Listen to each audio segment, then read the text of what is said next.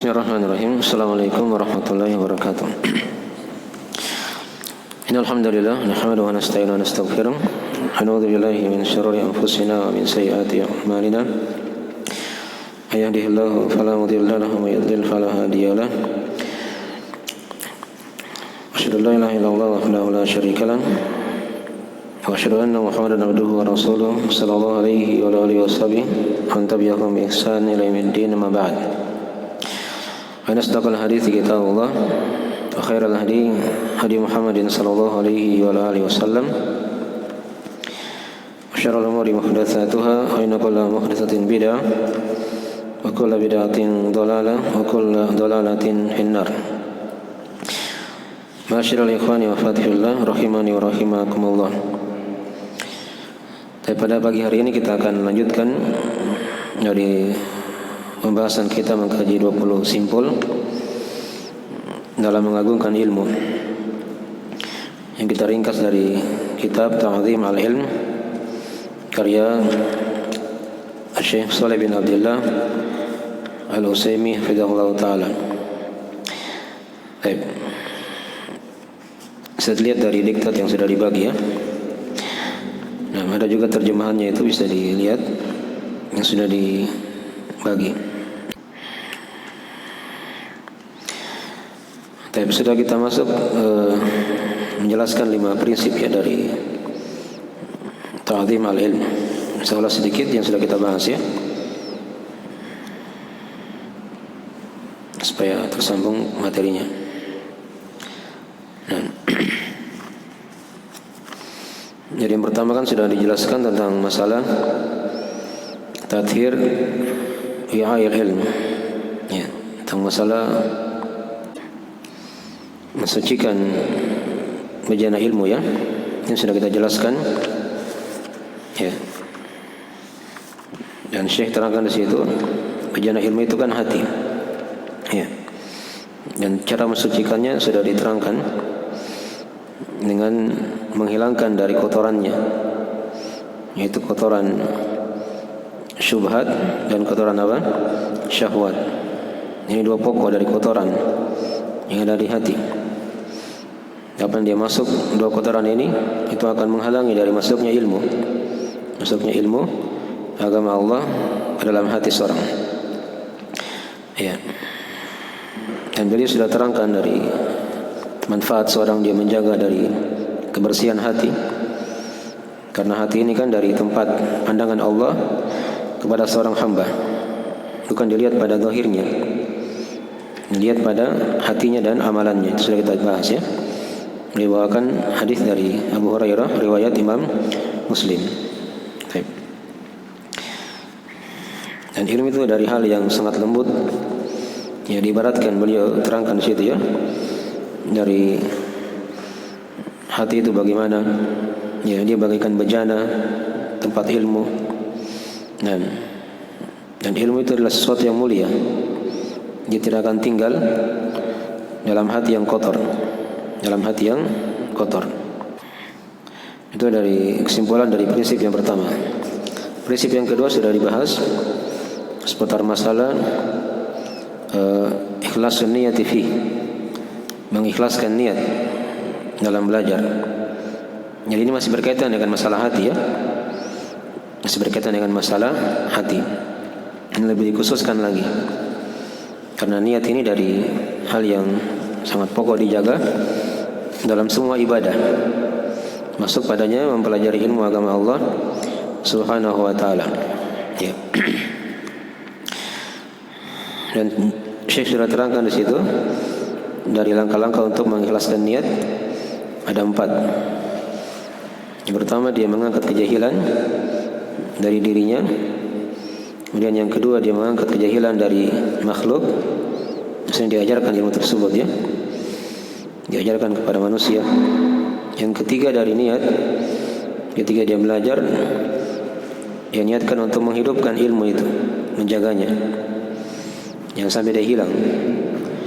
Dan yang keempat, dari hal yang dengannya niatkan dalam belajar, yaitu dia belajar untuk mengamalkan ilmu tersebut ya, untuk mengamalkan ilmu tersebut.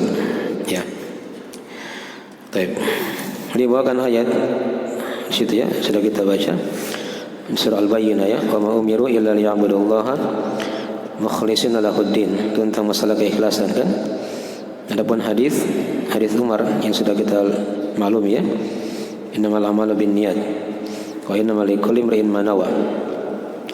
Ya, dari situ dari hal yang menjelaskan bahwasanya niat dari syarat terimanya amalan dan sebab yang menentukan besar tidaknya ya pahalanya di sisi Allah Subhanahu wa taala. Baik. Ini sudah kita bahas. Kemudian di akhir dari prinsip yang kedua ini, simpul yang kedua, meringatkan di situ agar seorang itu jangan dia istilahnya dia merasa telah ikhlas dalam belajar ya. Karena para ulama dari masa dahulu kala itu tidak ada yang menjamin dirinya dia sudah ikhlas. Tapi ada hal-hal yang tadi yang diniatkan ketika dia belajar, diharapkan dia bisa ikhlas dalam belajar. Tapi jangan dia pastikan dirinya dia sudah apa? Ikhlas. Ini dari hal yang berat untuk dijaga hal tersebut ya. Itu sudah kita baca dari nukilan-nukilan para imam dari masa dahulu. Baik. Dan ada hal-hal yang lain lagi yang sudah dijelaskan dari sebab-sebab yang dengannya seorang bisa ikhlas dalam belajar. Ya, selain dari 4 yang sudah dibahas tadi, ya, dia maksudkan juga untuk mencari wajah Allah. Ya, disinari hatinya. Dia niatkan untuk dekat kepada Allah pada hari kiamat. Gitu ya. Yang disebutkan oleh para ulama yang lain. Dia belajar agar dia bisa selamat dari siksaan api neraka misalnya kan, masuk ke dalam surga. Ya. Dan dia berdoa kepada Allah agar diberi keikhlasan dan dihilangkan dari hal-hal yang merusak ikhlas tersebut dalam mempelajari ilmu ya agama Allah Subhanahu wa taala. Baik. Jadi ini dari hal-hal yang mensucikan hati semua. Ya. Dari hal-hal yang mensucikan hati dan membersihkan dari hal-hal yang mengotorinya. Ya, terutama tadi dari hal-hal yang merusak keikhlasan. Kemudian di prinsip yang ketiga yang sudah kita bahas, ya, yaitu tentang masalah jam'u himmatin nafsi alaihi. Ya, tentang masalah mengumpulkan fokus, ya, tekad yang besar di atas ilmu itu. Nah, sini Syekh terangkan ada 3 cara agar dia bisa fokus dalam ilmu ya. Yang pertama dia punya semangat. Ya. Yang kedua dia banyak memohon pertolongan kepada Allah. Dan yang ketiga dia jangan merasa lemah. Jangan merasa lemah. Ya, jangan dia bermalas-malasan. Ya. Ini 3 perkara diterangkan dalam hadis yang sudah kita baca ya. Ihris ala ma yanfa'uk wasta'in billahi wala ta'jaz. Nah. Baik. Ketika dia gabungkan 3 perkara ini, maka dia akan dapatkan fokus dalam ilmu itu. Ya. Sudah kita terangkan ya tentang masalah ini. Kemudian ada masalah yang keempat, ada sebab yang keempat yang beliau tambahkan juga, yaitu dia banyak membaca dari biografi para ulama as-salaf terdahulu. Jadi kalau dia sering membaca dari biografi para ulama, itu akan terlihat bagaimana ya dari semangat mereka dalam belajar, ya, bagaimana mereka memohon pertolongan kepada Allah. Dan dari para ulama yang kita baca, itu tidak ada mereka yang bermalas-malasan dalam mempelajari ilmu agama Allah Subhanahu wa taala. Ya. Sampai di usia tua mereka itu masih bersemangat. Sudah kita terangkan kan dari kisah Ibnul Jauzi itu kan, sudah umur 80 tahun itu masih diantar oleh anaknya pergi belajar ahli qiraah, belajar kepada ahli qiraah ketika itu. Ya. Dan para ulama yang lain mirip-mirip seperti itu. Mirip-mirip seperti itu. Baik. Itu dari kesimpulan prinsip yang keberapa? yang ketiga. Kemudian yang keempat yang sudah kita bahas tentang masalah sarful himmati fi ila ilmi al-Qur'ani was sunnah, yaitu mengarahkan fokus tadi itu ya tekad yang besar dalam mempelajari ilmu Al-Qur'an dan sunnah. Nah, di sini mulai dirinci tadi ya. Jadi fokus tadi itu, tekad yang besar tadi itu diarahkan kemana?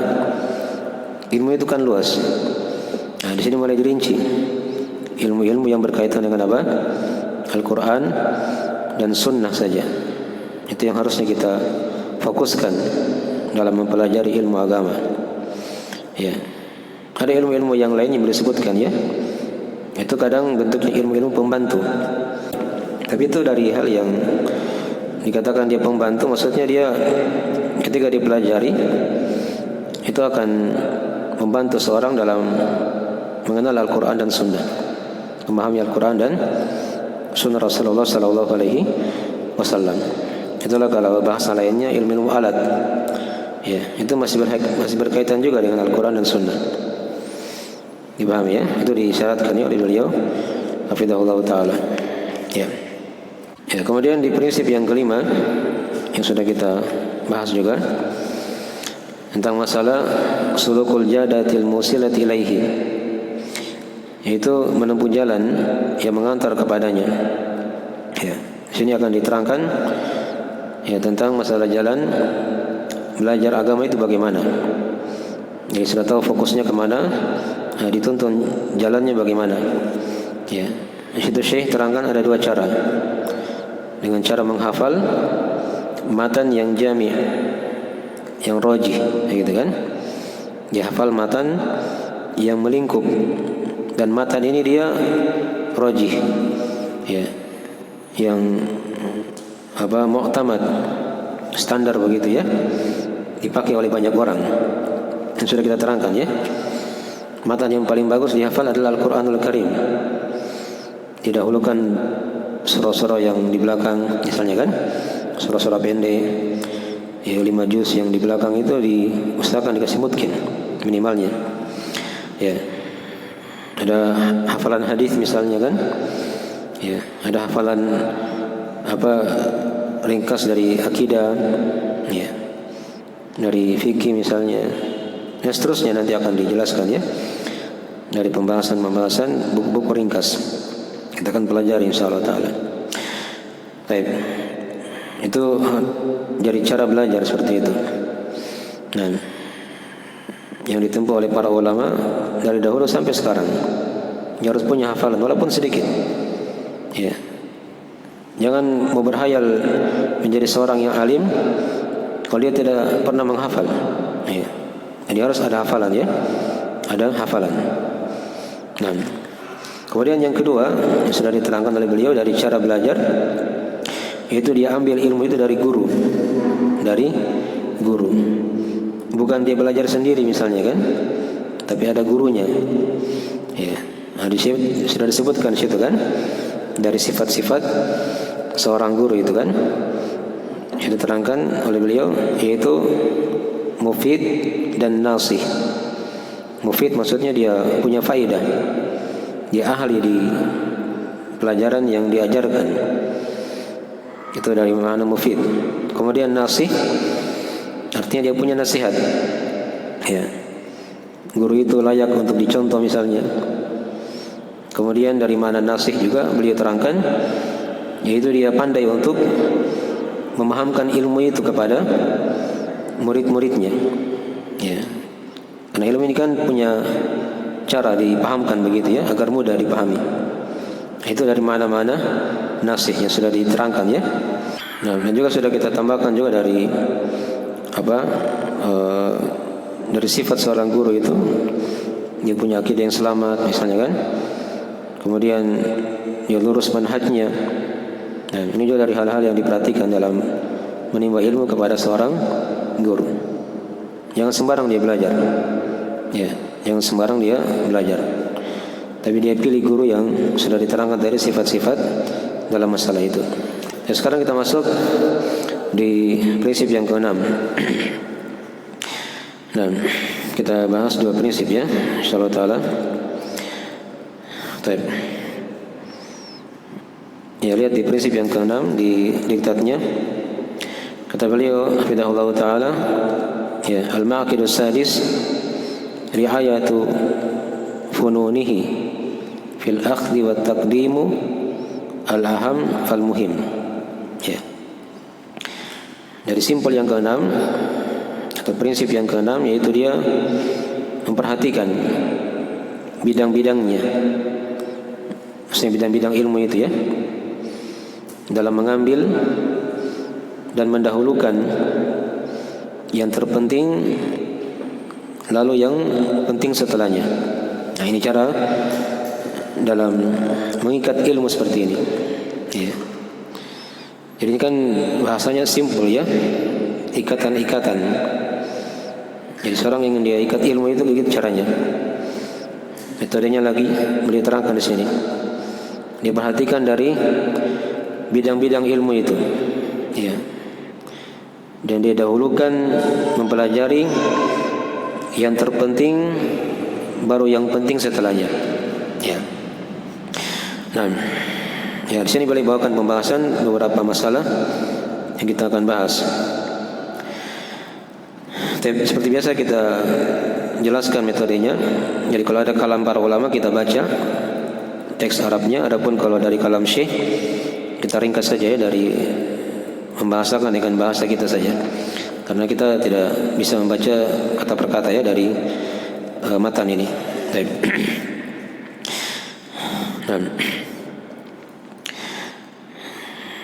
Ya, jadi seorang ketika dia masuk dalam ilmu itu, dia lihat bidang-bidang ilmu itu kan.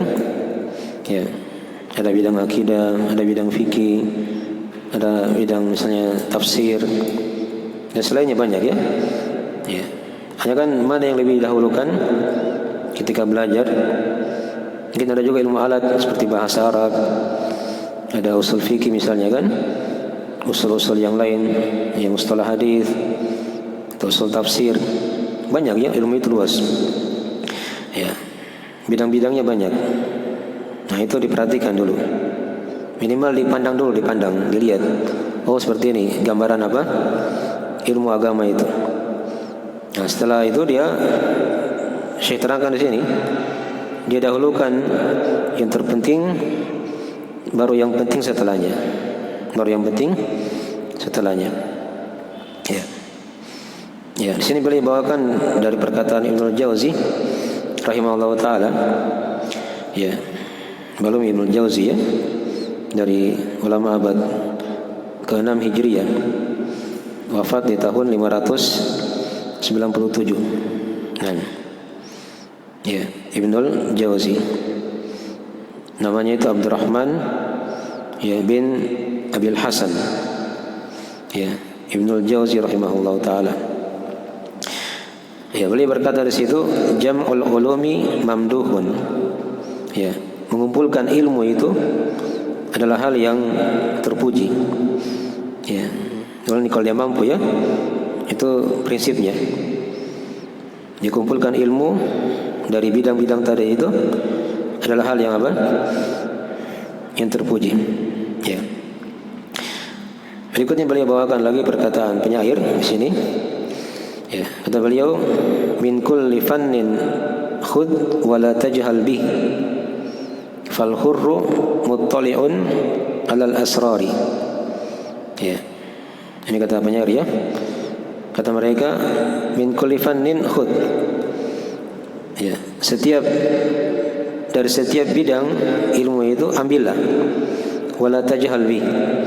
Dan jangan kamu jahil tentangnya. Ya. Fal hurru muttali'un 'alal asrari. Karena orang yang merdeka itu adalah orang yang dia itu punya ittila', ya.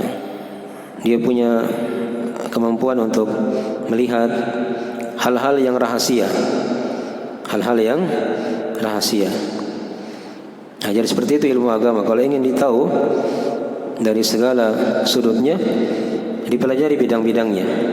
Dipelajari apa? Bidang-bidangnya. Ya. Nah, Dia belajar saja dulu, walaupun dia belum terlalu paham misalnya kan. Intinya dia hadir dulu di majelis, gurunya mengajarkan bidang ini, bidang itu, dan seterusnya begitu ya. Prinsipnya seperti tadi. Dia hadir, ya, dia pahami apa yang dia bisa paham, dia tulis yang bisa dia tulis, dia mohon kemudahan kepada Allah agar dimudahkan. Nah, dia mohon pertolongan kepada Allah untuk dimudahkan, dan dia jangan bermalas-malasan di situ dalam belajar. Dipahami ya? Itu prinsip-prinsip dijaga. Ya. Berikutnya beliau bawakan sini dari perkataan kakek guru beliau, ini dari ulama yang hidup sebelumnya ya, dari zaman Syekh di sini, yaitu Muhammad ibnu Mani' ya, rahimahullahu taala. Kata beliau rahimahullahu taala, ini dari guru Syekh Shalih bin Abdullah Al-Utsaimin di sini. Ya, kakek gurunya. Kata beliau, wala yanbaghi lil fadili ay yatruka ilman minal ulumi an-nafi'ati allati tu'inu ala fahmil kitabi was sunnah. Kata beliau, dan tidak pantas bagi orang yang punya keutamaan dia tinggalkan ilmu dari ilmu-ilmu yang bermanfaat, ya, yang membantunya memahami Al-Quran dan Sunnah. Ya, idza kana ya'lamu min nafsihi quwwatan ala ta'allumihi, ya, jika dia tahu pada dirinya itu ada kekuatan ya untuk mempelajarinya. Nah, dia ukur-ukur dirinya begitu ya. Kalau dia misalnya rasa-rasa saya bisa belajar ini, nah, itu jangan dia sia-siakan dari kemampuan yang Allah berikan. Ya, dipaham ya? Kalau dia bisa belajar, dia belajar. Jangan dia tinggalkan mempelajari ilmu itu. Ya. Dan beliau ingatkan saya itu berikutnya. Nah, wala yasugu lahu ayya'ibal ilman alladhi yajhaluhu. Ya.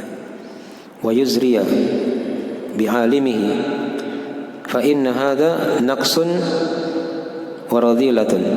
Ya.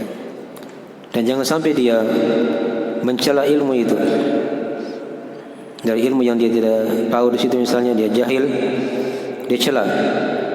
Kemudian dia rendahkan juga ulama yang mengajarkan ilmu tersebut. Ya. Karena ini kata beliau adalah kekurangan dan hal yang merendahkan dari ilmu. Ya. Jadi maksudnya seperti ini ya. Jadi kalau dia punya kekuatan, dia pelajari ilmu-ilmu yang mungkin dia bisa pelajari, dia pelajari. Tapi kalau yang hal-hal yang dia belum bisa pelajari, mungkin dia rumit di situ, ya jangan sampai muncul dalam hatinya dia cela itu ilmu. Jangan ya. Dia cela ulama yang mengajarkannya misalnya. Ya. Mungkin kalau kayak sekarang anggaplah seperti yang dianggap rumit, misalnya seperti ilmu ilmu alat, seperti mustalah hadis. Ya mungkin rumit ya kalau bagi orang yang belum pernah belajar. Ya, jangan dicela ilmu tersebut. Dan juga jangan dicela para ulama yang mengajarkan ilmu itu misalnya kan. Atau misalnya ilmu warisan, ilmu yang rumit ya di bidang fikih misalnya kan. Ya, mungkin dia mau pahami itu warisan susah. Nah, jangan dicela ilmu warisan. Dan jangan dicela juga ulama yang bergelut di bidang itu misalnya kan. Ya. Ini dari kekurangan dan perendahan kepada ilmu. Ya. Jadi caranya dia agungkan ilmu kayak tadi. Nah, kalau dia belum tahu, ya, dia berbaik sangka saja kepada Allah. Semoga nanti pada hari-hari ke depan dia dimudahkan oleh Allah untuk belajar ilmu yang rumit itu misalnya kan. Seperti itu prinsipnya. Nah, kalau dia punya kemampuan, dia masuk belajar. Dipahami ya? Baik. Itu dari prinsip-prinsip ya dipegang dari kalam-kalam para ulama kita. Tapi berikutnya di sini beliau bawakan dari 2 bait syair juga. Ya, jangan sampai seorang seperti yang dikatakan di 2 bait syair ini ya. Kata seorang penyair, atani anna sahlan dhamma jahlan uluman laisa ya'rifuna sahlun uluman law qaraha ma qalaha walakin ar-ridha bil jahli sahlun. Ini hati-hati ya, jangan sampai orang seperti ini. Jadi katanya ada orang itu yang namanya Sahal, si Sahal ya. Apa arti Sahal? Kemudahan kan gitu. Jadi orang ini namanya Sahal. Jadi si penyair dia bilang, datang kepadaku si Sahal, ya, yang bernama Sahal ini. Dia mencela ilmu-ilmu secara jahil. Ya, di mana si Sahal ini, ya, dia tidak paham ilmu yang dia cela itu. Ya, laisa ya'rifunna sahlun. Ya, uluman law qaraha ma qalaha. Ya, dari ilmu-ilmu yang dia cela itu, andai kata dia muliakan, maka dia tidak akan benci ilmu tersebut, dia tidak akan mencelanya. Ya, walakin ar-ridha bil jahli sahlun. Akan tetapi kata penyair, ya, nah, seorang ridho dengan kejahilan itu adalah hal yang mudah. Adalah hal yang apa? Yang mudah. Ini banyak dari kita seperti itu ya. Kalau bahasa lainnya kadang di sini bilang, ya dosa saya tahu banyak ilmu begitu. Ya, nanti susah untuk diamalkan dan seterusnya. Dia ridho dirinya itu bodoh. Ya, dia ridho dirinya apa? Menjadi orang yang jahil. Itu dari hal yang tercela ya. Dari hal yang tercela. Baik. Ya. Jadi dari sekilas ya tentang uraian-uraian para ulama kita di prinsip atau di simpul yang keenam ini. Nah, tentang masalah memperhatikan dari bidang-bidang ilmu itu. Dan seorang ada hikmah di sini ya, diterangkan oleh Syekh. Kalau seorang dia perhatikan dari banyaknya bidang-bidang ilmu agama itu, maka dia akan melihat dari keindahan ya agama Allah Subhanahu wa taala ini. Dan dia tidak akan merendahkannya. Ya, dia tidak akan apa? Merendahkannya. Itu diantara hikmah yang dijelaskan oleh para ulama. Seorang dia memperhatikan dari banyaknya bidang-bidang ilmu itu. Jangan dia karena banyak sudah dia menyerah misalnya, dia tidak mau belajar. Tapi minimalnya dia melihat di situ keindahan agama, keindahan ilmu agama Allah Subhanahu wa taala. Jelas ini ya. Baik, jadi dari hal yang diingatkan ya oleh beliau hafizahullah taala. Baik. Kemudian di sini beliau tutup dari prinsip yang ke-6 ini dengan pembahasan yang sudah diingatkan tadi di mana? Di awal ya. Seorang ketika dia belajar, dia dahulukan hal yang paling terpenting, kemudian yang penting setelahnya. Ya, taqdimu al-aham fal muhim. Ini prinsip simpul yang harus dijaga. Ya. Jadi kalau ketika dia belajar, dia lihat dulu sekarang ilmu apa yang paling penting dari yang penting. Ilmu itu kan semuanya penting, dipahami kan? Tapi ada ilmu-ilmu itu yang paling penting, yang jangan dia jahil di situ. Di awal-awal ketika dia kenal ilmu agama, dia kenal dakwah misalnya kan? Nah, ini yang harus kita tahu di sini ya. Baik. Di sini beliau terangkan dari perkataan Imam Malik rahimahullah taala. Ya, Imam Malik bin Anas ya. Ibnu Malik ya, Imam Darul Hijrah, dari salah seorang tabi'ut tabi'in. Ya. Kata beliau rahimahullah taala, nah, ya, ketika ditanya ketika itu oleh salah seorang muridnya tentang mempelajari ilmu itu, kata beliau, hasanun jamil, walakin indur alladhi ya yalzamuka min hini tusbih ila hini tumsi falzamhu. Ini diperhatikan ya. dari perkataan Imam Malik rahimahullah taala. Ketika ditanya oleh muridnya, ya, tentang bagaimana cara mempelajari ilmu itu, kata beliau, mempelajari ilmu itu adalah hal yang bagus, hasan, jamil, indah. Lakin kata beliau, ya, akan tetapi lihatlah ilmu-ilmu yang mengharuskan kamu mengetahuinya ketika kamu berada di waktu subuh sampai berada di waktu apa?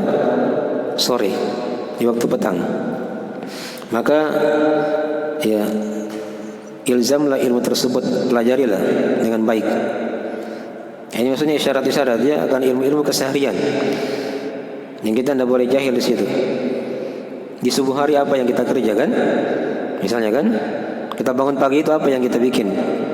Ya, ada sholat, ya, ada berdoa di situ misalnya kan?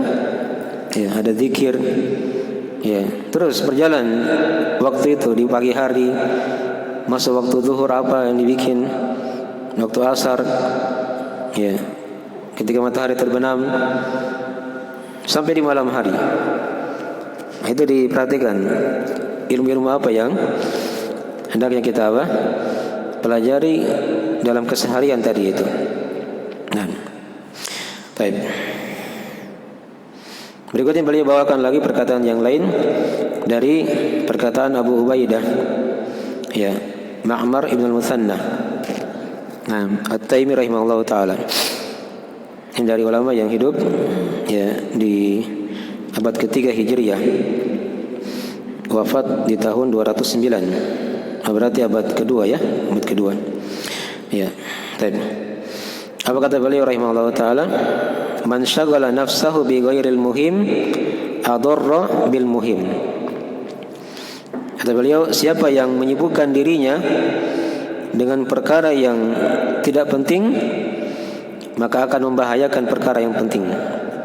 Ya. Ini contoh ya diberikan oleh Syekh. Misalnya dia belajar bahasa Arab, ya, tapi dia tidak belajar akidah misalnya kan. Padahal akidah lebih apa? Lebih penting. Dia belajar usul fikih misalnya, kaidah-kaidah fikih, usul tafsir, tapi dia tidak belajar akidah. Diingatkan, ini salah ya dari cara belajar ya. Ya, harusnya kan ada ilmu yang paling penting dipelajari. Ada ilmu akidah misalnya, ilmu fikih keseharian, itu dipelajari. Itu yang kita butuhkan tiap hari, siang malam. Ya. Jangan kita pelajari ilmu-ilmu yang apa? Yang di bawah daripada itu.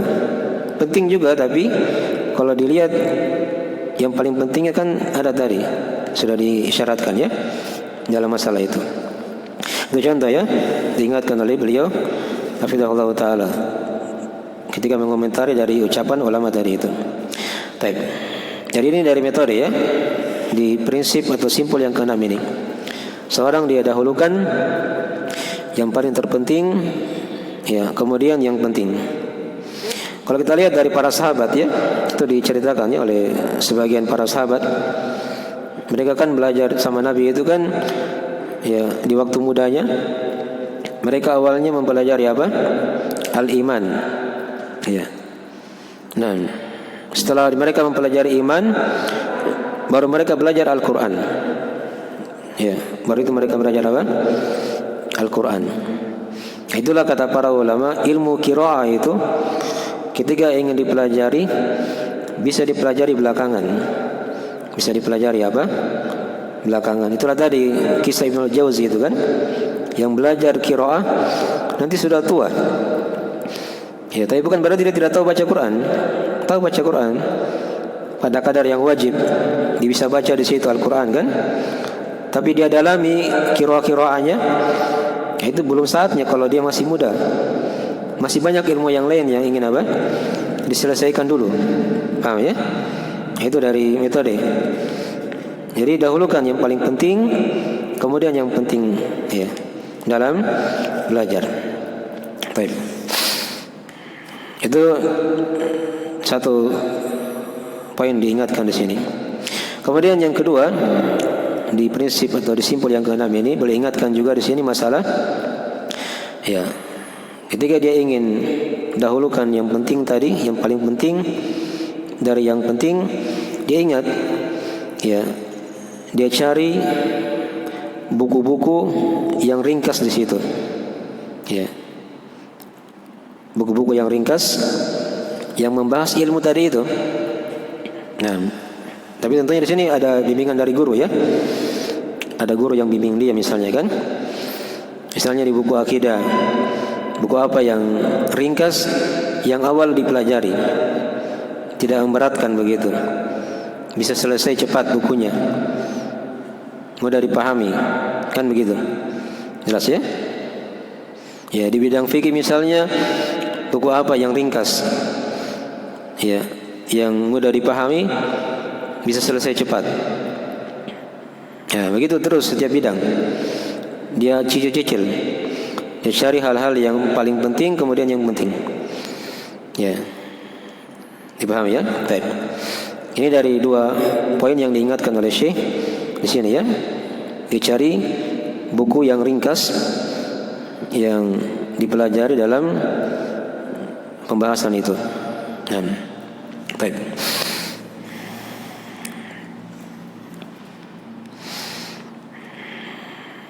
Jadi di setiap bidang seperti itu caranya. Dia pelajari ilmu. Ya. Di tiap-tiap bidang itu ada buku-buku dasar yang ringkas dia harus pelajari. Ya. Dan itu nanti metode kita dalam belajar ya. Kita akan terapkan itu. Ya. Di pembahasan-pembahasan buku-buku yang kita akan kaji. Ya. Baik. Itu cara belajar. Nah, setelah dia pelajari dari bidang-bidang ilmu yang banyak tadi itu walaupun ringkas, boleh ingatkan di situ. Dia bisa lihat dirinya itu.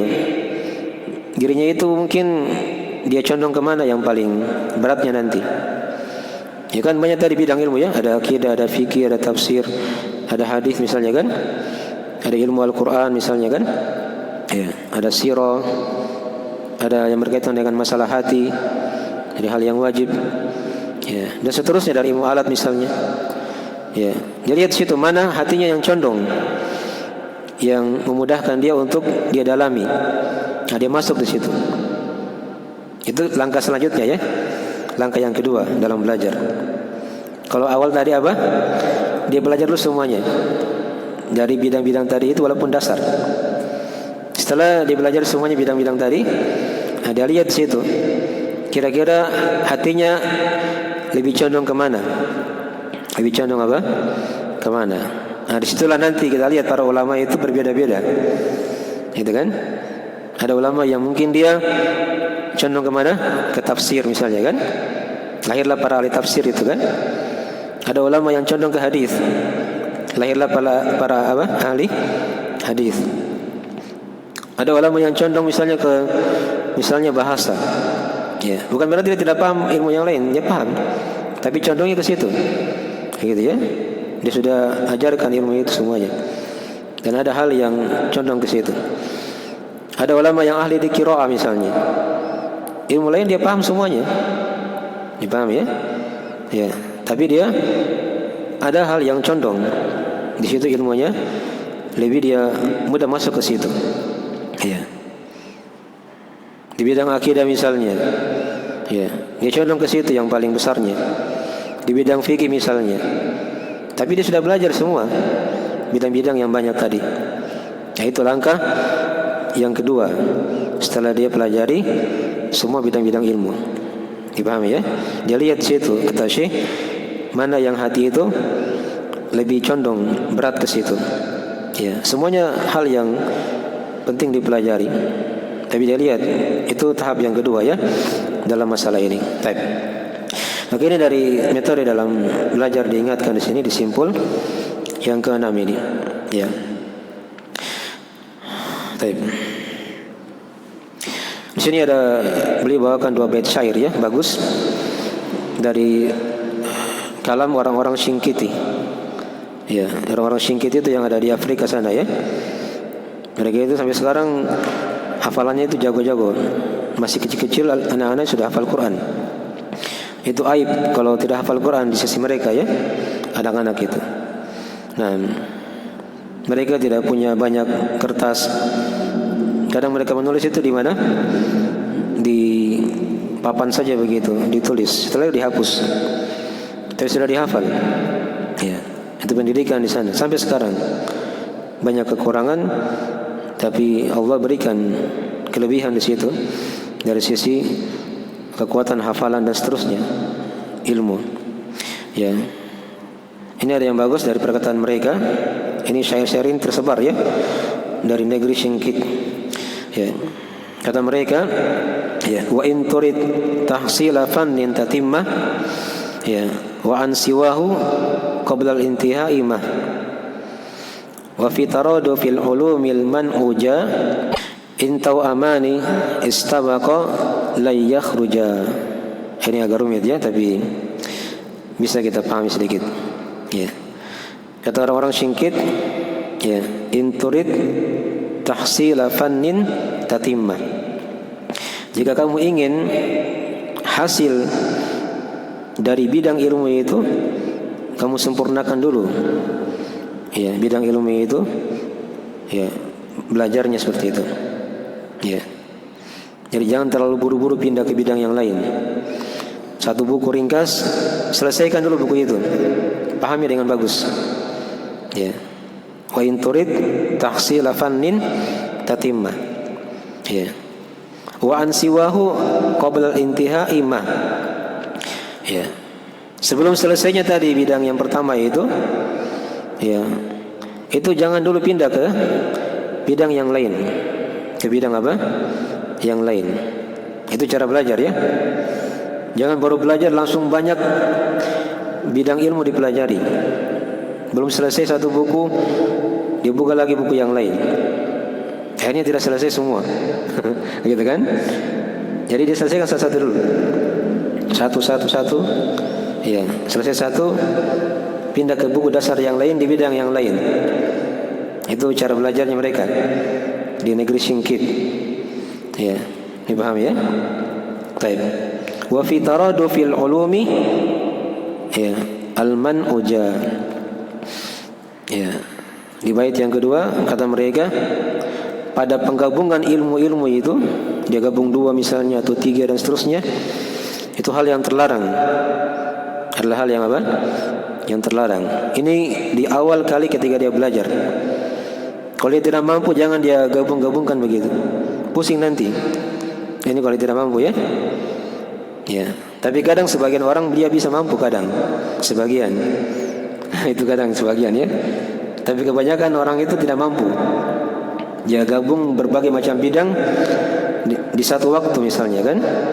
Di satu waktu dia belajar. Apa katanya? Sebabnya? Nah, mereka kasihkan di situ semacam perumpamaan. Ya. Intau amani istabaqa lan yakhruja. Karena 2 bayi kembar itu, ya, tidak akan keluar dia dalam satu rahim kalau dia keluar sama-sama. Kan begitu. Antum mungkin lihat ya. Ada misalnya orang hamil, ibu punya 2 bayi kembar. Nggak mungkin keluar satu kali kan? Pasti ada satu dulu keluar, baru disusul lagi apa? Adiknya. Nah begitu. Seperti itu permisalan ilmu agama. Nggak mungkin 2 sekaligus dia langsung kuasai dengan betul satu kali. Ya, tapi dia cicil dulu satu-satu. Satu bidang, satu kitab dia selesaikan. Dipahami ya? Dia pahami dengan bagus, walaupun ringkas. Nah, dia pindah lagi bidang yang lain. Dia pahami dengan bagus, ringkas, pindah lagi ke bidangnya yang lain. Begitu caranya dalam belajar. Baik, itu dari pendidikan di orang-orang Singkit. Dan itu yang diwarisi oleh para ulama di masa sekarang ya, dari zaman dahulu sampai di masa sekarang. Dari cara mereka mengajar, ya seperti itu caranya. Nah, dipahami ya? Baik.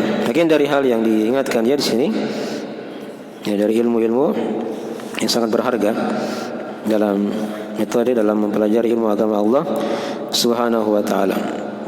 Ya.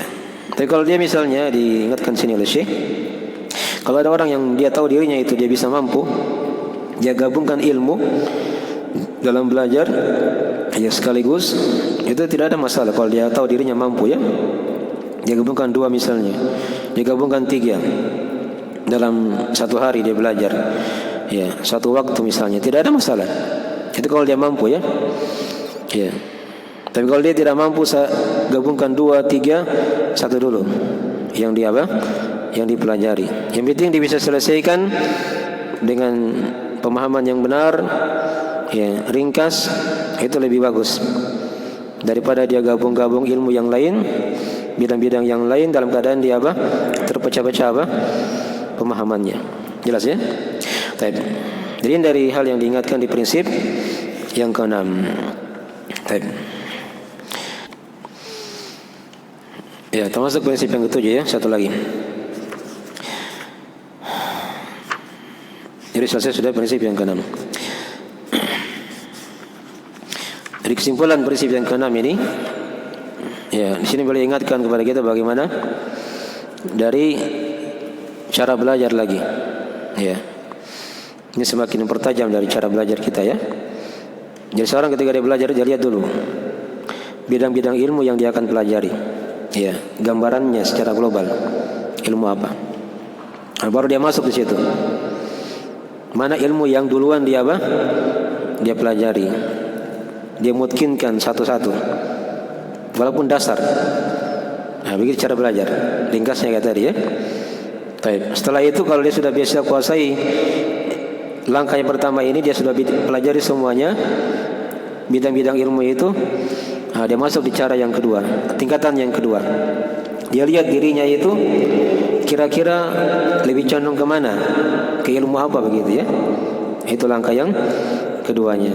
Baik, jelas ini ya. Baik. Dan tadi beliau ingatkan tadi di situ dalam belajar didahulukan yang paling penting, kemudian yang penting, dan dia cari buku-buku apa yang ringkas. Itu diingatkan juga tadi ya. Jangan ketika awal kali belajar langsung buka buku yang panjang, yang besar, yang tidak ditahu kapan selesainya. Dipahami ya? Tapi dia cari buku-buku ringkas. Ya, bisa selesaikan dengan pemahaman yang benar, sudah cukup. Pindah lagi ke bidang yang lain. Jelas ini ya? Baik. Ini dari prinsip yang atau simpul yang ke-6.